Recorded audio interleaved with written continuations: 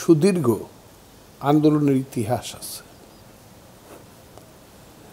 আমরা মুক্তিযুদ্ধের পরে জাতিসত্তা হিসাবে যা আশা করেছিলাম, মুক্তিযুদ্ধের সেই আশা বাস্তবায়ন হয়নি বা হওয়ার মতো যোগ্যতাও আমরা অর্জন করিনি, বাস্তবায়ন করানোর মতো যোগ্যতা আমরা অর্জন করিনি। যে কারণে আমরা নিজেরা একটা ইলেকশন করা, নিজেরা সরকারি থেকে একটা সুষ্ঠু ইলেকশন দেওয়ার মতো যে মানসিকতা, সেই মানসিকতা অর্জন করার জন্য যে দক্ষতা বা যে জ্ঞানের গভীরতা থাকতে হয়, সেটা আমাদের কোনোদিনই হয়ে ওঠেনি। যদিও আমরা পাশের দেশকে খুব খারাপ মনে করি, কিন্তু মোদির মতো একটা সাম্প্রদায়িক শক্তির সরকারও, মোদির মতো একটা উগ্র সাম্প্রদায়িক মানসিকতার সরকারও কিন্তু একটা ইলেকশনটা কিন্তু ফেয়ার করে।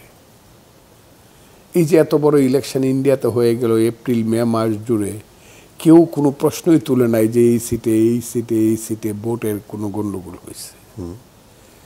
একমাত্র বাংলাদেশের বেলায় আমি জানি না আমরা কি দুর্ভাগ্য নিয়ে জন্মগ্রহণ করছি জাতি হিসাবে, যারা একটা রক্তের সাগর থেকে উঠে এসে মুক্তিযুদ্ধের মাধ্যমে একটা দেশ অর্জন করলাম, তারা কেন একটা ইলেকশন করার মতো যোগ্যতা অর্জন করতে পারলাম না? সেটা কোনো আমলেই না।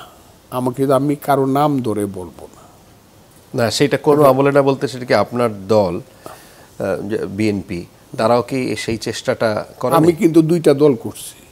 আচ্ছা, আমি দুইটা দলই জানি। দুইটা দলের কোনো দলই খুব ফেয়ার ইলেকশন করছে এটা বলা যাবে না।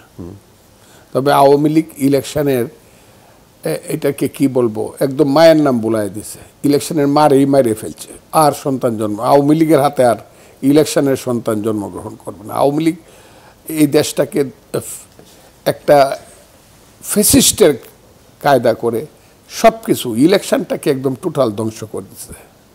2014 সন কোনো ইলেকশনই হয় না, 153টা পার্লামেন্ট আসন বিনা প্রতিদ্বন্দ্বিতা নির্বাচিত হয়ে গেল।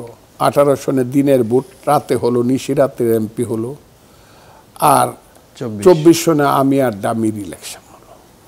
আওয়ামী লীগ এই দেশের এইটা ধ্বংস করছে, মারাত্মকভাবে ধ্বংস করছে, এবং ফ্যাসিস্টের চূড়ান্ত রূপটা তারা দেখাইছে ইলেকশনের ব্যাপারে। না, সেটা ধরেন আওয়ামী লীগের সমালোচনা, সেটা সবাই বলছে রাজনীতিক, কিন্তু অন্য সময় ইলেকশন। আপনি কি আপনার দলের কথাও বললেন, যে দলের সাথে এখন আছেন সেই দলের আপনারা কি ওপেন সমালোচনা করতে পারেন যে আমাদেরও সেই চেষ্টা ছিল? আমাদের সময় খুব ভালো ইলেকশন হইব। আমি যখন 15 ফেব্রুয়ারি ইলেকশনের কথা বলেন, 15 ফেব্রুয়ারির আগেও আরেকটা ইলেকশন হয়ে গেছে। আমি সেই ইলেকশনে চিফ ইলেকশন এজেন্ট ছিলাম আওয়ামী লীগের পক্ষ থেকে, মাগুরা ইলেকশনে। আচ্ছা, জি।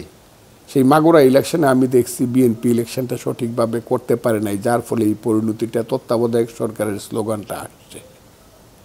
এমনকি কামাল মুজুমদারকে প্রথম যে ফেল করানো হইল